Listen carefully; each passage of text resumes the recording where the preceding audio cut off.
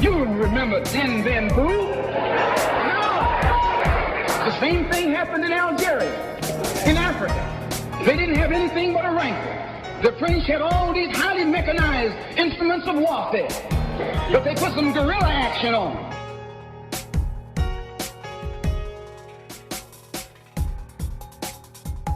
Hello and welcome to a Guerrilla History Intelligence Briefing. Guerrilla History is the podcast that acts as a reconnaissance report of global proletarian history and aims to use the lessons of history to analyze the present. If you're not familiar with our intelligence briefings, they're generally shorter episodes that we put first on Patreon, and then most of them eventually go out on our public feed. Although we do have some Patreon exclusive episodes that are released as intelligence briefings on our Patreon. This episode will be an early release on Patreon, and then will go on our general feed. I'm your host, Henry Hakamaki, joined by one of my usual co-hosts, Professor Adnan Husain, historian and director of the School of Religion at Queen's University in Ontario, Canada. Hello, Adnan. How are you doing today? I'm doing well. It's great to be with you, Henry. Always great to see you too, Adnan.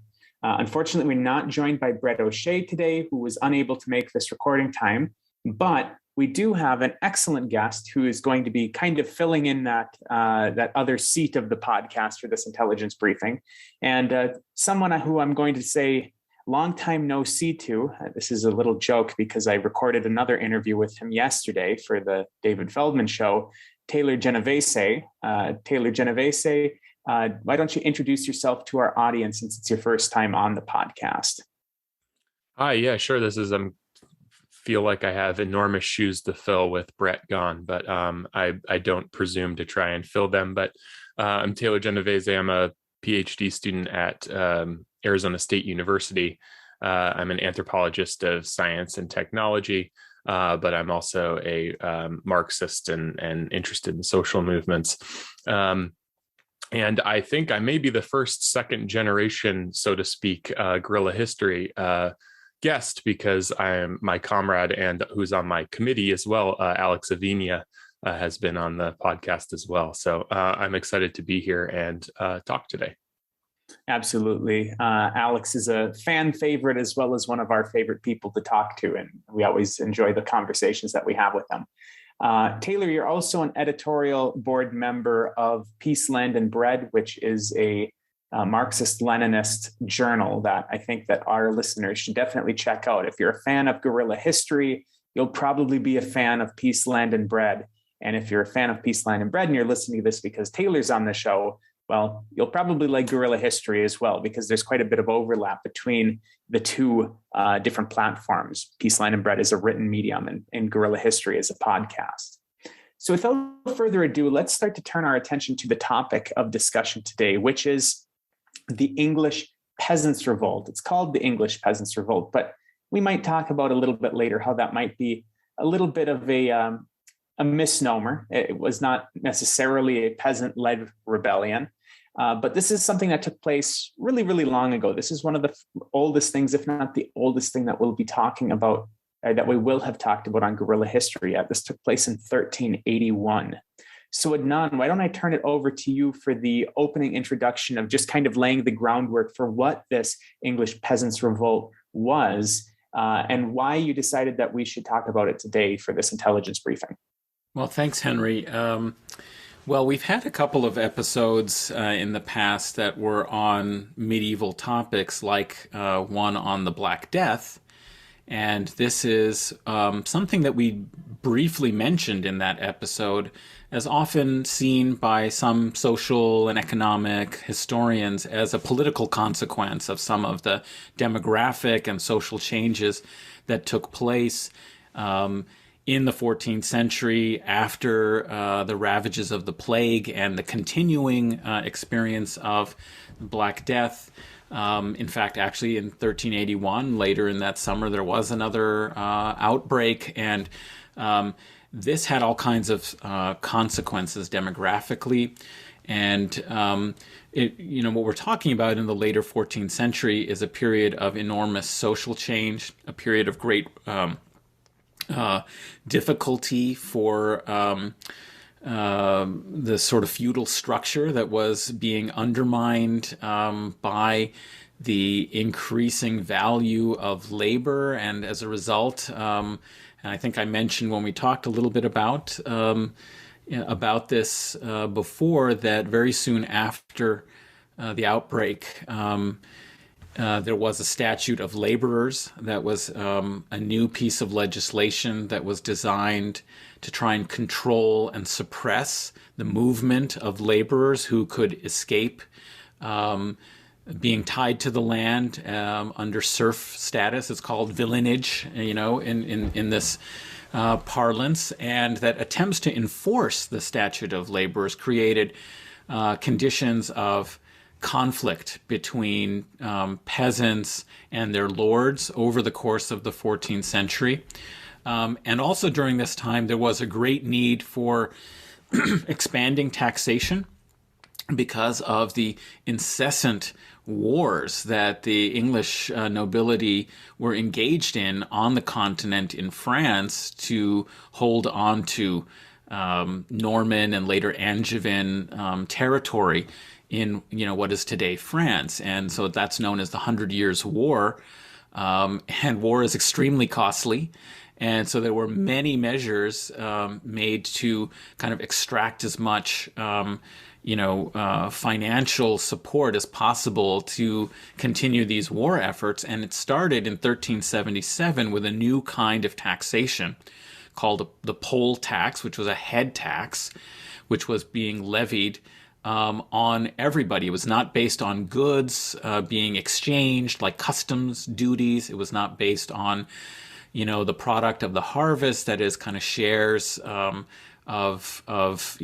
agricultural production being commuted into fees for taxation. It was merely for existing to pay a tax, and this was seen as terribly unjust. The first one was established in 1377, but then there was successively imposed, so that by the third time that a new tax was announced in November, December by the Northampton Parliament of a poll tax, discontent was very high, and the attempts to collect the tax were being resisted in some places in southern England like Essex and Kent, and discontent led to conflicts with the justices of the crown, the monarchical agents that were tax collectors, as well as the judicial apparatus locally. They were these extensions of the state and were seen as very oppressive, and resistance to the tax led to physical conflict, sending of troops and royal officials, and it touched off wide-scale riotings, attack on judicial institutions, on unpopular figures who associated with the administration, that is, those on the Privy Council. So the Treasurer of England, obviously a very unpopular person, since he was seen as responsible for collecting the tax and maybe wasting the resources from previous taxation on corruption, war profiteering. We find that there's already in 1377 at Parliament discussions about impeaching various public officials for corruption, war profiteering, and so on. And so there was this kind of context where many people, whether peasants or small-scale artisans, rose up, demanded redress of various grievances, and at the same time were making the demand to have their freedoms be established by charter, that they would no longer be serfs or villeins. And these groups marched to London, the seat of government. They attacked the Tower. They ended up assassinating the Archbishop Sudbury, who was the chief counselor. And there were a series of negotiations between the leadership, principally a figure named Wat Tyler, who emerged as the leader of the popular uprising. and that these people were imbued with, preaching by a dissident priest. I'm sure we'll talk a lot more about him, John Ball, and his kind of egalitarian sort of liberation theology, if you want to think of it in that manner. Before there was a kind of fateful set of negotiations outside of the city of London at a place called Smithfield, where the king, appeared to accede to some of these demands. But the mayor of London actually ended up using this as an opportunity to assassinate Wat Tyler, throwing the rebels into disarray and violent suppression of the revolt, and rounding up of those who were seen as ringleaders and organizers, their trials and executions. And so that's basically that by the, this started basically in May, June. The, initial, uprising lasted through until early July. By the end of the summer, most of this was over with, but it had, I think, lots of lasting consequences that we can talk about. Yeah, let me just clarify one thing before turning this over to Taylor. So one thing that you mentioned, Adnan, is increasing value of labor. And this is something that ties into that intelligence briefing that we did on the plague. So if listeners haven't heard that, there's some connections, as Adnan said, between these episodes. Now, what he's meaning by the increasing value of labor, of course, remember that the Black Death killed up to a third of Europe. Well, what does that mean? It means that the reserve army of labor is incredibly depleted by that. And due to a scarcity of labor, therefore, we have increasing valuation of that labor. And the English crown was doing things to try to combat that, like instituting, for example, maximum wages for laborers, for kind of serf labor. So this is one of the things that also led to discontent to some of these laws that were coming into place after a very traumatic time for these individuals, where they had to go through this absolutely incredible pandemic. And immediately after that, they're having their wages, which are finally starting to rise for like the first time ever. They're having their wages pressed down forcibly by the crown because they see this rising wage as a result of the reduced army of labor. So that's what Adnan meant when he talked about the increasing value of labor. And it's something we talked about in our plague episode. Just figured I'd throw it out there since it's probably interesting to many of the listeners here who want that kind of connection between those two episodes. Now, Taylor, I'm going to turn this over to you. Adnan did a very, very good overview of the revolt, as well as some of the things that led into the revolt. But I'm just going to leave this pretty open for you. I'll say if there's anything so I know that you teach about this in a course that you teach. If there's anything that you would do in your 5-minute spiel that Adnan did not cover, that you think that the listeners should hear before we get deeper into this, feel free to throw it out there. And then perhaps you'd like to introduce maybe the 3 main characters of England to kind of ground us a little bit in that part of the conversation. So the 3 main characters of the story are Wat Tyler, John Ball, and of course, the King of England at the time, who was a 14-year-old. So I'll just turn it over to you, Taylor, to take it away. Sure. Yeah. Thanks, Henry. That was a really great overview that I'm learning from as well. So that I enjoyed that quite a bit. The class that I teach is an overview of religion and the way that kind of religion exists around the world, because I'm an anthropologist. And one of the units that I like to introduce is religion and social change, because there is a connection, and a lot of people, it was touched on already from Adnan about the kind of proto-liberation theology that existed during this time, that many don't tie back this early in history, but one of the major figures in this uprising was the man John Ball, who was kind of a dissonant priest. He was not endorsed by the church. In fact, the Archbishop of Canterbury arrested him and confined him in prison for what he was doing and saying.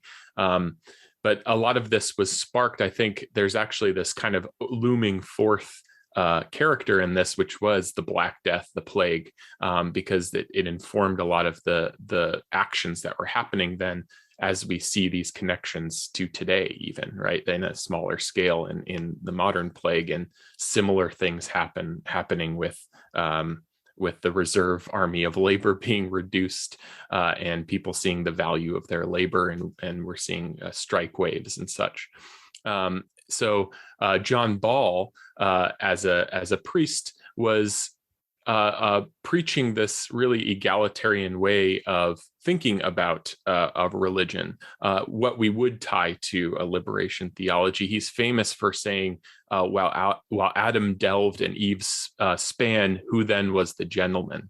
A very pointed and directed attack on the kind of aristocracy and the barons who the church often sided with during this time, and that the abbots and the bishops were very much within the social class and the kind of political economy of the barons rather than the peasants, and this played into the eventual uprising and being able to start to levy some religious teaching against a class that had usually been able to fall back on religious teaching in order to support themselves.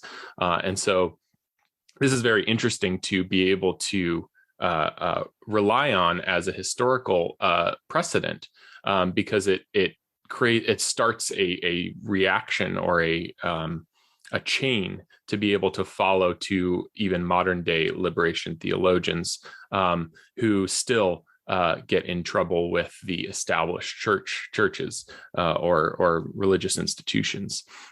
So I wanted to just really introduce that concept of John Ball initially, and I'll leave some of the other major figures for either you, Henry, or Adnan to expound on. Yeah, I'll just briefly introduce the king, I guess, and I'll leave Tyler to Adnan. So, as I mentioned, the King of England at the time was a 14-year-old. It was Richard II. And it was a very interesting time period in terms of governorship in England, because it was one of those like generational skips within the monarchy. There was a very old monarch who died, but previous to him dying, his son, who was his successor, had also died, which meant that the crown was passed down to Richard II, who at the time was 11. And as Adnan introduced earlier, this is a time of great tension and war, frankly, between England and France. And at the time that Richard II took power, and Richard II wasn't making too many of the decisions himself.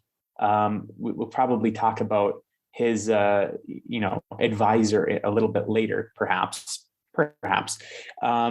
But during this 3-year period of time between him taking power and the revolts breaking out, the war was not going very well for England. So we had pretty poor advice, frankly, for this 11 to 14-year-old kid, really, in terms of these poll taxes. There was 3 rounds of poll taxes. The first one was basically a flat tax. It was the same amount for everybody, regardless of how much money they had. Everybody that was over the age of 14, they paid the same amount. So, of course, if you're a peasant who has very little, it's going to be a pretty big tax for you. Whereas if you're, a member of the landed aristocracy, it's not really anything at all to you. The second poll tax was a little bit more of almost a progressive tax in some ways. It was tailored so that people that had more means were actually paying a higher tax. However, when this third poll tax went through, they reverted back to the manner of the first poll tax, which is to say everybody was paying the same thing again. Now, going through 3 poll taxes at a time where, again, there's a shortage of labor, And at the same time, there's maximum wage laws. And at the same time, these people had just gone through a pandemic that killed up to a third of the continent. And at the same time, they're waging a war that's not going very well. And at the same time, they're trying to end the peasantry and serfdom as an entire system.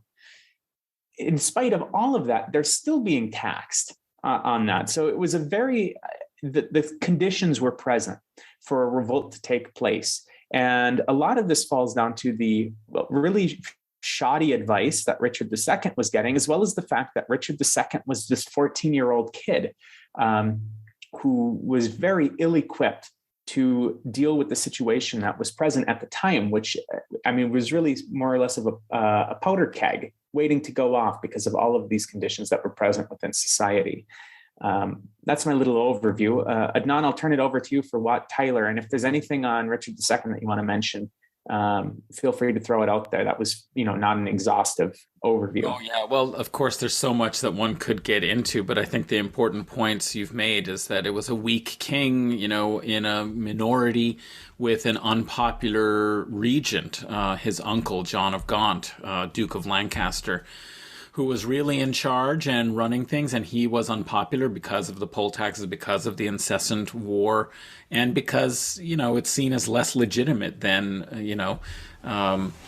the monarch. And so there was always these kinds of senses that it wasn't the king himself who was to blame for these terrible policies and the oppression, and in fact, actually some of the political discourse of the rebels in this rising was demanding redress from the king against these corrupt advisors. And so there was this kind of sort of fiction that was perpetuated which maybe wasn't a complete fiction because he was, a underage, inexperienced monarch. But there always was this idea that it's the men around the king who are corrupting the government, and his advisors are misadvising or taking advantage, and that they directed principally their ire against those unpopular figures in order to preserve the idea of the good and noble king who would,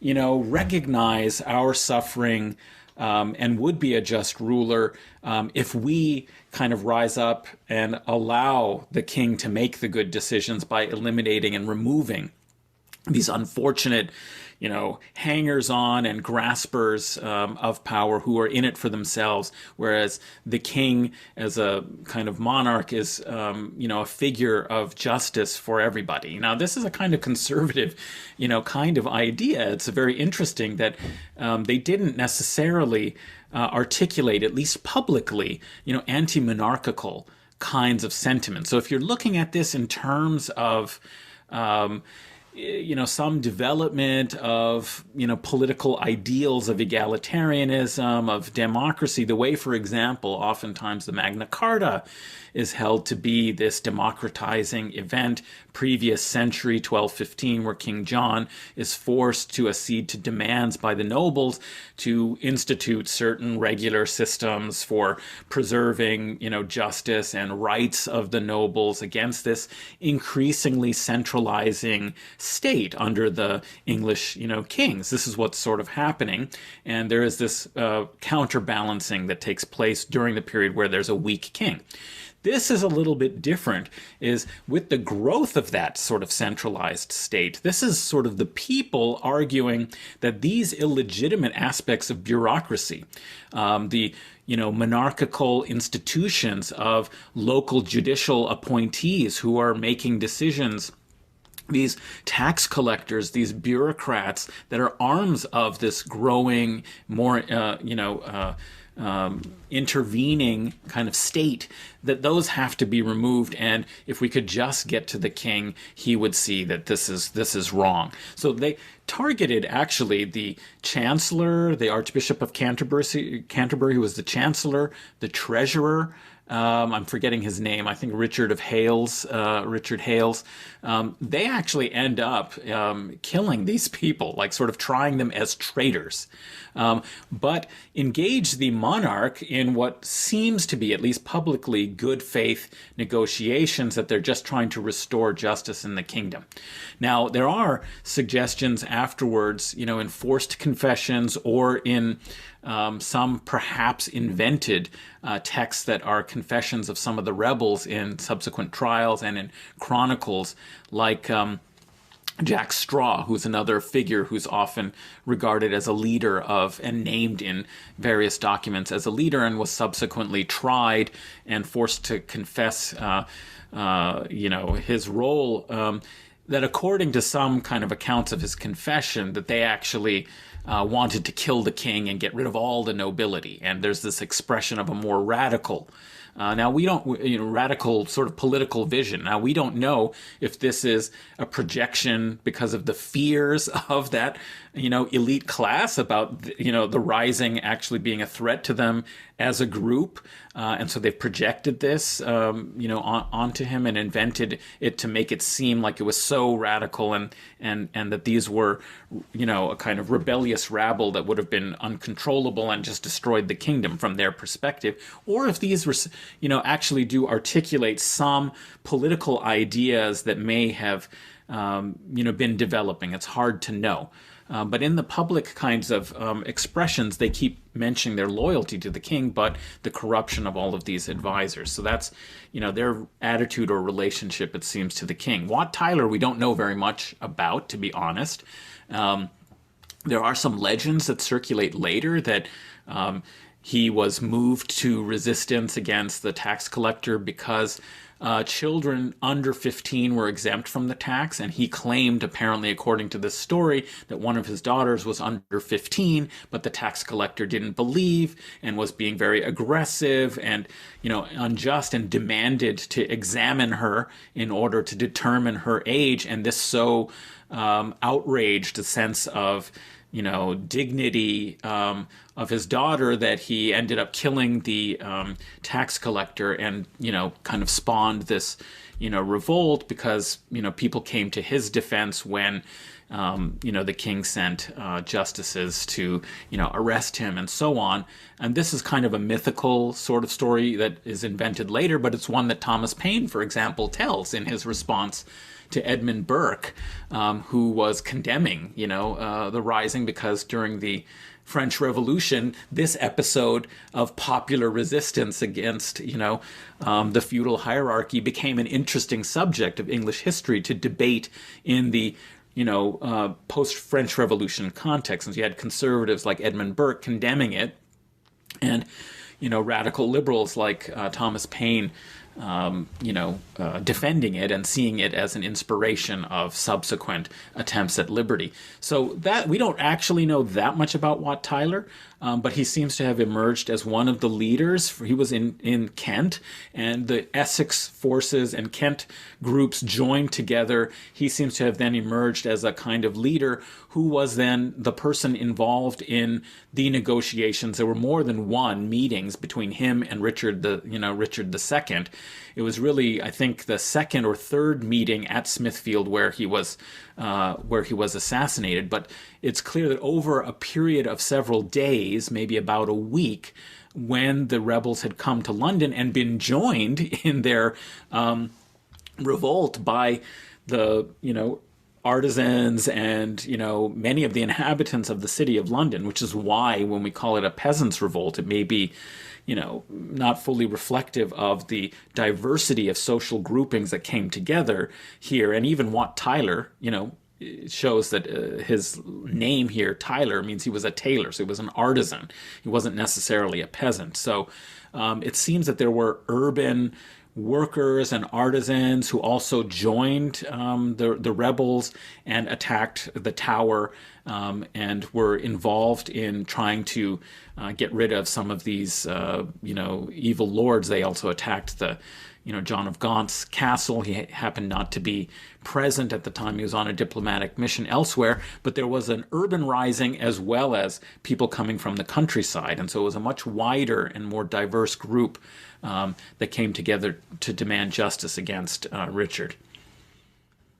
I'm just going to step in for a second. And this is a historical parallel that kind of strikes me based off of the last thing you said. And feel free to tell me that this is absolutely not the same. But you mentioned, Adnan, that many of the people at the time were seeing the king as like a figurehead and all of the power was with the big bad advisors.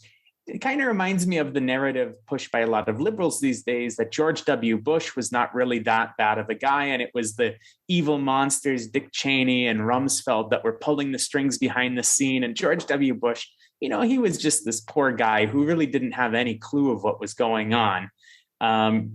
This is kind of like the 14th century equivalent of that. At least it sounds like it to me.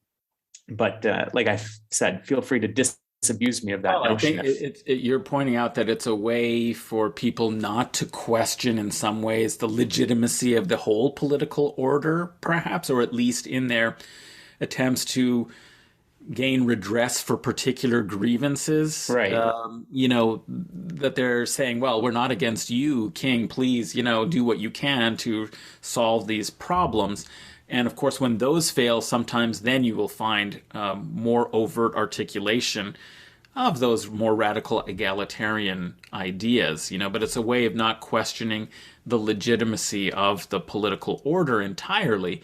But it is interesting that one of the targets does seem to, have been serfdom as a whole, that a lot of the people who assembled from the countryside came with the express desire to have confirmed to them a charter of freedom.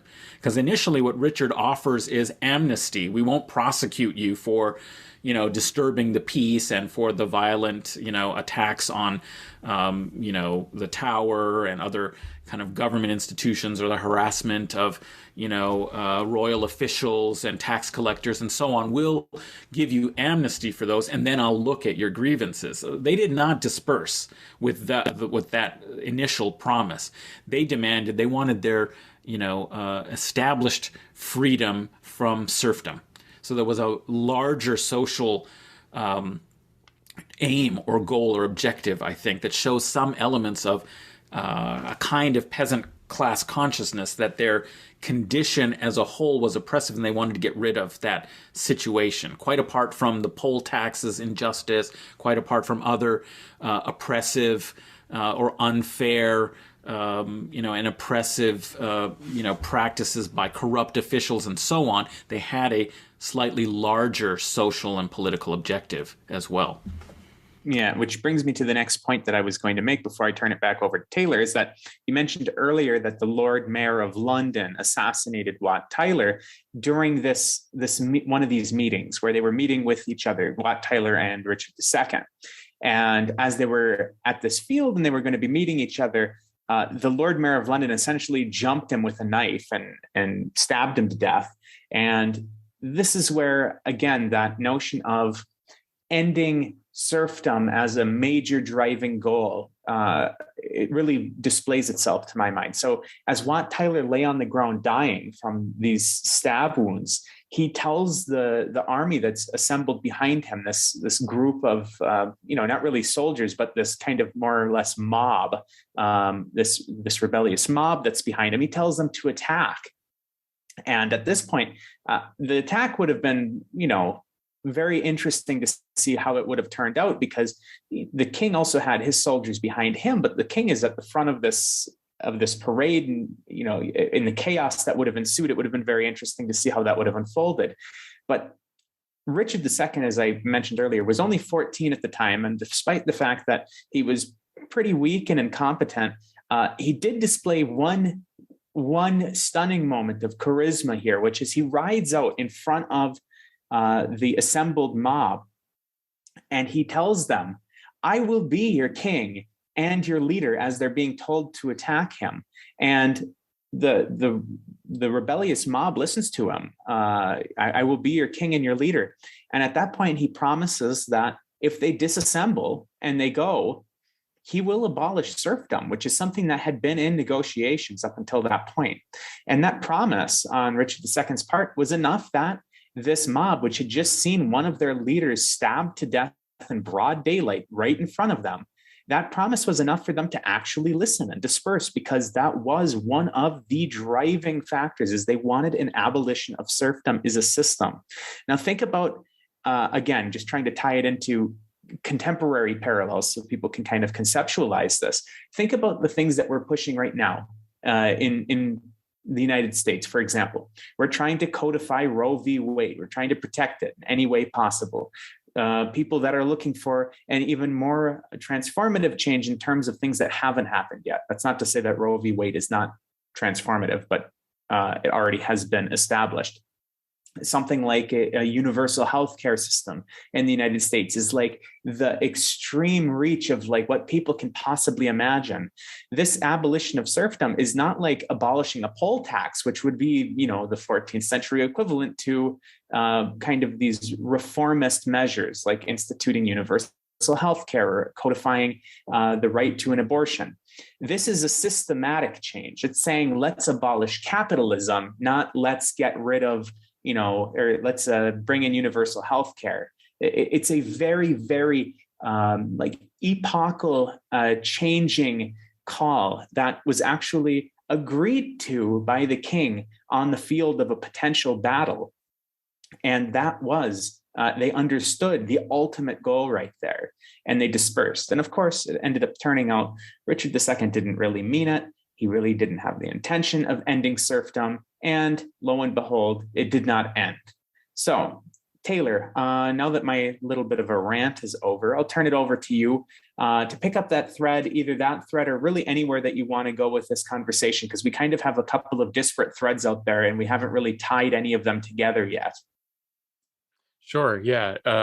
One of the things I just wanted to mention too, you had mentioned about George W. Bush and blame on his advisors, and we see this similar thing happened with Trump as well, right? That he was kind of this dumb figurehead, and Bannon was really the voice behind him. And then as he switched his advisors out, we started, or liberals mostly started like blaming the successive chain of advisors that eventually cycled through. Now it's John Bolton. Now it's whoever. It's, yeah, as you said, it kept changing throughout Trump's presidency, and they never quite figured that one out. How the evil people could just be a revolving door of figures, and yet nothing materially changed. Anyway, sorry for butting in. No, right. I mean, and this is fairly common throughout history, I think, too, especially as systems begin to crack, and as this revolt is really kind of seen as a catalyst for the breakdown of the feudal system. Even though serfdom wasn't abolished at this time exactly, it's often seen as kind of this flashpoint in which we start to see the feudal system crumble before Europe, and as these different humanist attitudes begin to erupt in the population. And so I guess we can shift a little bit maybe to talking about what resulted from this, what actually happened after this rebellion, right? So the king promises to do these changes. As we see, a lot of these changes happen only with these kinds of violent uprisings in which multiple social groups band together in solidarity and move towards a system that is usually oppressing them, right? This is also common throughout history, and something that we're seeing today, right? Or that we've seen throughout modern history even too. And so the demands for rents to be reduced and the poll tax to be abolished and pardons for everybody and wanting to have serfdom abolished, we see some of these things actually being enacted, right? Like the poll tax was never raised again after this. There are certain wins that we see happening because the threat of solidarity between these social groups against the aristocracy or against the bourgeoisie, whatever, this continuity throughout history, we see that there is learning happening here, that some things you can't really push forward any longer because it won't be tolerated. And so maybe we can start to move towards talking about some of the results, the wins, or I should say maybe that resulted from this uprising or this revolt. Yeah, absolutely. I'm just going to make one quick note. You mentioned that there was no poll tax that took place after that. I do have a correction there for you, Taylor. Margaret Thatcher implemented the poll tax that took effect in, I believe, 1990 in the UK. So, right. Yeah, from 1389. Yes, and there were revolts in 1990, exactly. So there was no poll tax in the UK from 1389 until 1990, but there were poll taxes afterwards. You were close. No, right. Taylor, I stand corrected there. It's just very funny. Anytime that we get to take a dump on Margaret Thatcher, it's worth it. Well, it's so funny because I was actually studying the rising of 1381 around that time. Actually, I was in a seminar and as an undergraduate, and we were learning about the rising of 1381, and then just a few months later, this ridiculous decision by Margaret Thatcher to reimpose a kind of poll tax led to revolts. And I thought, well, this should have been obvious if she'd studied any history, that if you try and impose this regressive kind of tax, the last time it was tried, it almost led to the collapse of the government, and certainly led to massive social disturbance and attacks on the government, and that those riots did end up leading in 1990 to the reversal of the poll tax and the change to a kind of council tax, a different kind of system for doing it. So, but in terms of the other kinds of overall consequences, I think, Taylor, you're right that it fits into this kind of collapsing, even if the king did not abolish the system of villeinage, of serfdom. It was under pressure, and it was seen as very oppressive, these attempts to restrict, freedom of movement and the wage labor system.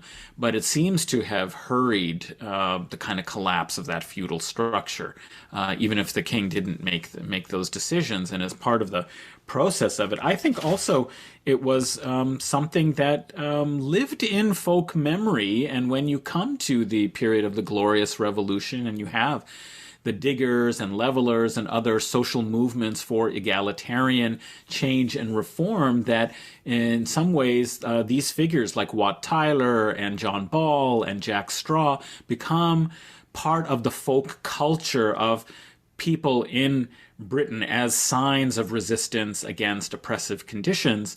And so there are a lot of songs of protests, political songs, historical poems that were hearkening back to that and were important in the kind of memory and culture of resistance that led to further progressive attempts to create a vision of a just sort of society and world.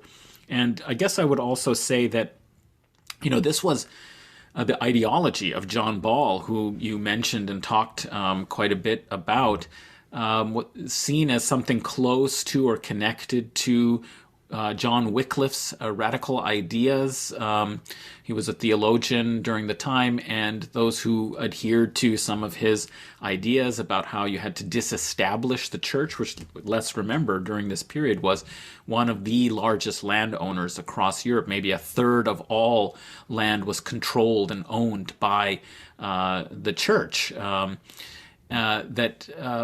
This call for disestablishing the church, that it should give up control of land and that these should be distributed to lay people, was a very radical and threatening idea. He was charged with, heretical views at certain points, and he and his ideas were associated with the rising, not because he necessarily agreed with it. In fact, he actually condemned it, but John Ball was seen as somebody following the same kind of radical ideas. Whether that's exactly true or not, it was important, however, in connecting social kinds of movements for justice and reform and changes within the church to break down the church's involvement in the feudal hierarchy and structure of land tenure in Europe that we see with the Protestant Reformation. And so Wycliffe and John Ball, these are in some ways figures that reflected both social and religious reform at the same time, and the way in which those two could be connected in other stages in European history. So I think those are some kind of important lasting effects. I think the last thing that I want to mention about the Rising was how important documentary culture was. These were canny rebels. So when we talk about them as an unruly, kind of riotous mob that's rising up, they weren't so kind of unformed. There were some cases of violent attack of groups that we would see as sort of scapegoating. So there were attacks on Flemings in the city because they were seen as foreigners involved with, mercantile activity that was, seen as not contributing anything but taking and sucking away things, or that they were somehow unpopular. There were some episodes like that. But by and large, the attacks that were made had a real political intent and direction and logic. So they attacked the tower, the symbol of government. When they, attacked the tower, they destroyed records. Now, it's often represented as they just had they just wanted to destroy, and so they burned and attacked. Actually, it had a targeted purpose of destroying the tax rolls, So how does a state operate? What are the mechanisms by which it exerts power and force? Increasingly, it is through these bureaucratic administrations, record keeping, documentation, being able to surveil and have information that allows agents of the crown to go find people, to determine whether they've paid their tax or not. So this was actually meaningful political attack, and likewise in other parts of England, at St. Albans, at other kind of monasteries that were large landowners where peasants and local townspeople rose up.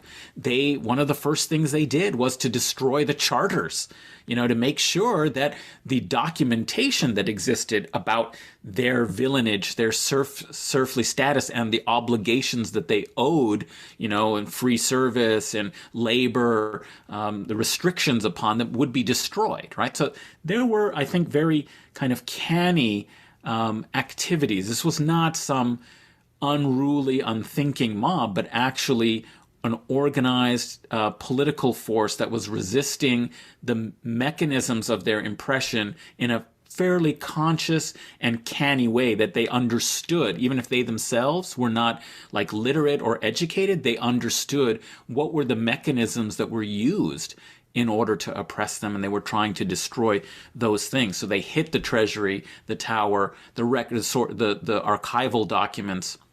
They targeted agents of the crown, the tax collectors, and those that they associated with corrupt governance.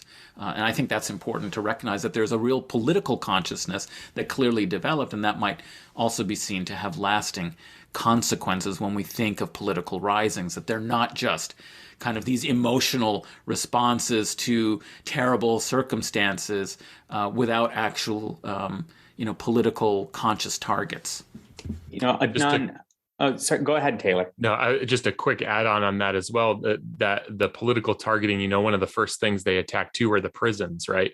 They understood that the people that were being imprisoned were political prisoners. And so in the first few days of the rebellion, they attacked the prisons and set prisoners free that had previously been arrested for, trying to spark this. So just wanted to mention that too, because that was a real thinking political target, as opposed to just kind of ransacking things.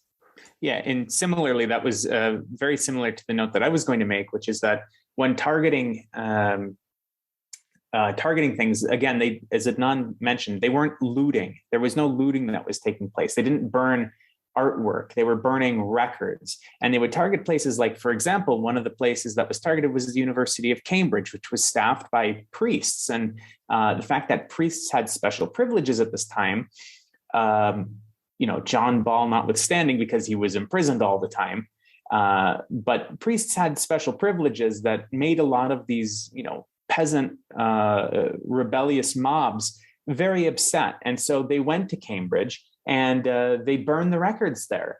And just as a self-correction, I realized earlier I said 1389. There hadn't been a poll tax between 1389 and 1990. I meant 1381. So people, you don't have to call me out on that. I did catch that after I said it.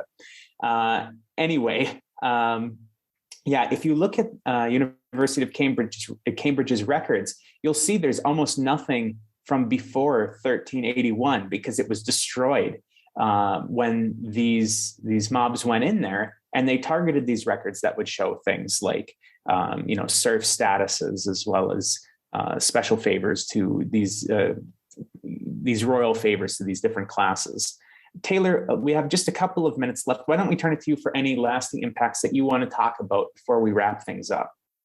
Sure. I think that this revolt helped create a continuity within, especially Marxist thinkers, right? A lot of Marxists will hold on to this revolt, even though Marxism wasn't a thing for many hundreds of years, but that to show that this was a popular rebellion, that this was something that was proto-Marxian in a way, and that this showed a continuity of kind of egalitarian principles of showing that people could and did rise up, that this isn't something that was just invented, right? That this can be charted in the similar way that the French Revolution is held out, and that you can show this chain throughout history and can use historical data to be able to show that people have always kind of had these principles within them, that again, that it's not senseless violence, that there's a sense, an inherent political project that is imagined by people, and then that imagination can be enacted within the world, and that those that are in power can be forced to change things through popular rebellion. So even though the serfdom wasn't abolished, the lords got scared. The people in power got scared, and they did enact certain freedoms. There were a lot of people made free, right? Men made free. One thing we didn't get to touch on that I'm not sure about in this, that I was going to ask a question about, is when Silvia Federici talks about, about 150 years after this, she talks about the further rebellions and says that women had big roles in this. And that's something that we don't really hear about during this revolt. And it makes me wonder what the women's role was. What were there women that were involved in these uprisings as well? And I'm not really sure about that. That's just a question to throw out there if either of you know. But if this was kind of between men and women kind of joining forces, or was this really men who were in the lead, because we only really hear about the leaders of this, and then the leaders are always the men. So I'm not sure if either of you know about this or not. Yeah, I'm unaware of it. Adnan, you would have a better idea than I would. I haven't seen a lot recently about women in the rising itself, though I think when it comes to some of the social sources of grievances and the dissident theologies that, may have been involved, or at least informed some of the articulation of these, kinds of new ideas that questioned contemporary conditions and the status quo of the church, that you do find that there are a lot of women who are important to Lollardy and the network of, this kind of new social religious movement. But when it comes to the actual events of the rising, there's not a lot of evidence of their leadership or participation in direct ways. But, hopefully there'll be more research and work. Unfortunately, the problem is that while this is very well documented in some respects, like a lot of peasant uprisings or peasant resistance has historically gone undocumented, and certainly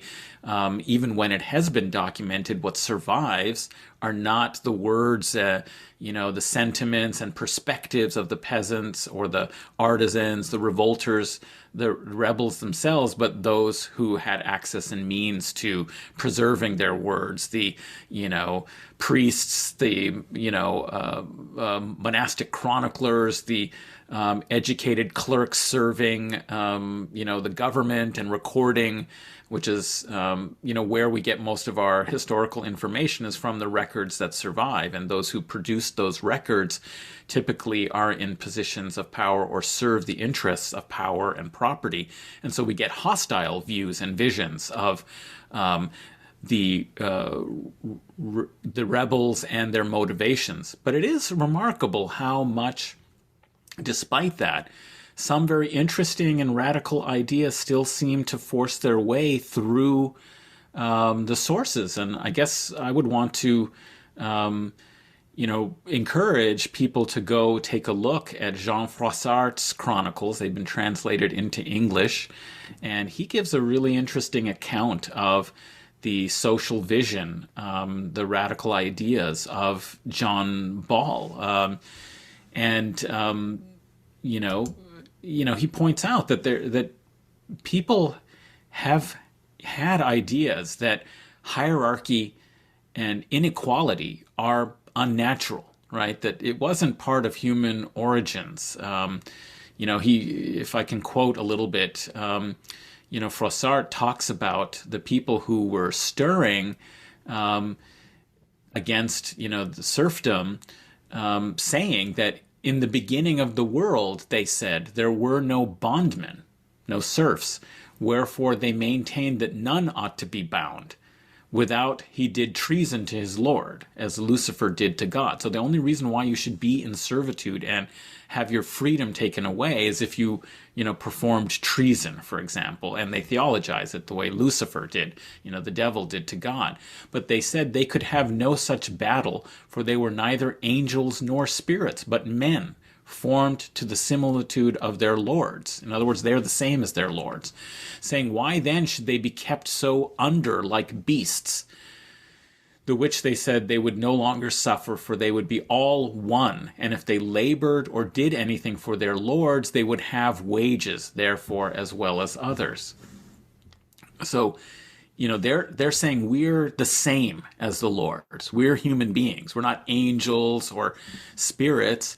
We share the same nature, so there's no basis for this hierarchy unless we do something evil, we betray, others, then, okay, there would be some kind of reason for us to be punished, but there's no natural reason for us to be punished. Why are we being subjected and treated like animals without human dignity?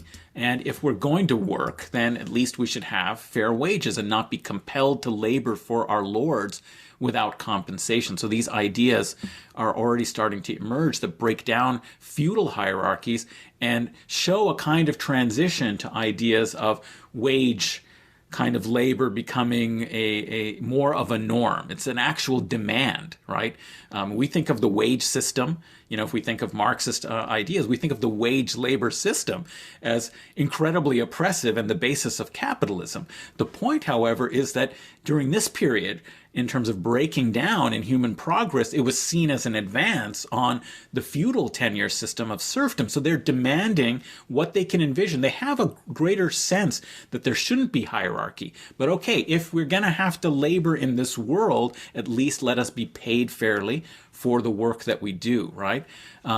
So that's kind of, I think, the interesting thing here is that across history, there have been these ideas and ideals of egalitarian justice. And there's been this idea that hierarchy isn't the natural order, despite everything that the elites are always telling us that, that try to naturalize, inequality and hierarchy in history. I think that that's a great note to end it on. Jordan Peterson's example of a lobster being the basis for why we need hierarchy in our lives. It does not hold true with human history, and it does not hold true with these radical tendencies throughout history. So on that note, I think that we should wrap it up because I know we have places that we have to be. So Taylor, again, our guest today was Taylor Genovese. Can you tell the listeners how they can find you and follow the work that you're doing? Sure. Yeah. Thanks for having me, both of you. You can find me on Twitter at trgenovese, or also at taylorgenovese.com. Also check out the journal Peace, Land, and Bread at peacelandbread.com, or you can check out the center I'm a part of that publishes it at communiststudies.org. And yeah, I had a great time. Thanks for having me on here. Absolutely. It was great to talk to you for 2 days in a row. And again, I'm going to highly, highly recommend everybody to check out Peace, Land, and Bread, which is a Marxist-Leninist journal. And it's free to read on the website. You can either get print copies for very low cost, or the PDFs are freely available on the website. So everybody that listens to Guerrilla History, the journal is most likely going to be up your alley, and it's something that you can read for free. Adnan, why don't I turn it to you? You can tell the listeners how they can follow you and find your other podcast. Sure, you can follow me on Twitter at Adnan A. Husain, Husain. And if you're interested in the Majlis podcast, Majlis, because you'd like to learn more about the Middle East, Islamic world, Muslim diasporas, do check us out. It's on all the platforms, Majlis. And I also just want to say thanks so much, Taylor, for hopping on. I hope we'll have a chance to talk with you more about your research, very interesting topics. And, it was great to have you on. And again, as I said, I hope we can continue a conversation on other topics in the future. Thanks for coming. Yeah, and the interview that I did with Taylor yesterday for the David Feldman Show talked about some of his field work that he did. And when that comes out, I will put the link for that interview in the description box below, so you can check that out. And absolutely, when Taylor gets further along in his research, we will definitely bring him back to talk about the topics that he's exploring, because very interesting stuff that we definitely are going to want to talk about in the future. Listeners, for me, you can find me on Twitter at Huck1995, HUCK1995. You can follow Guerrilla History, the podcast, on Twitter at Guerrilla_pod, GUERRILLA_pod. And you can support us on Patreon at patreon.com/GUERRILLA history. And just one more mention, make sure you spell gorilla with 2 R's. Every week we have people contact us saying, I can't find you on Spotify, or I can't find you on whatever. It's because almost every time they only spell it with 1 R. Both are in the dictionary, both are correct, but these apps only recognize it if you actually type it with 2 R's. So that's just a little reminder for all of you out there. So listeners, until next time, thanks for listening to Guerrilla History and Solidarity.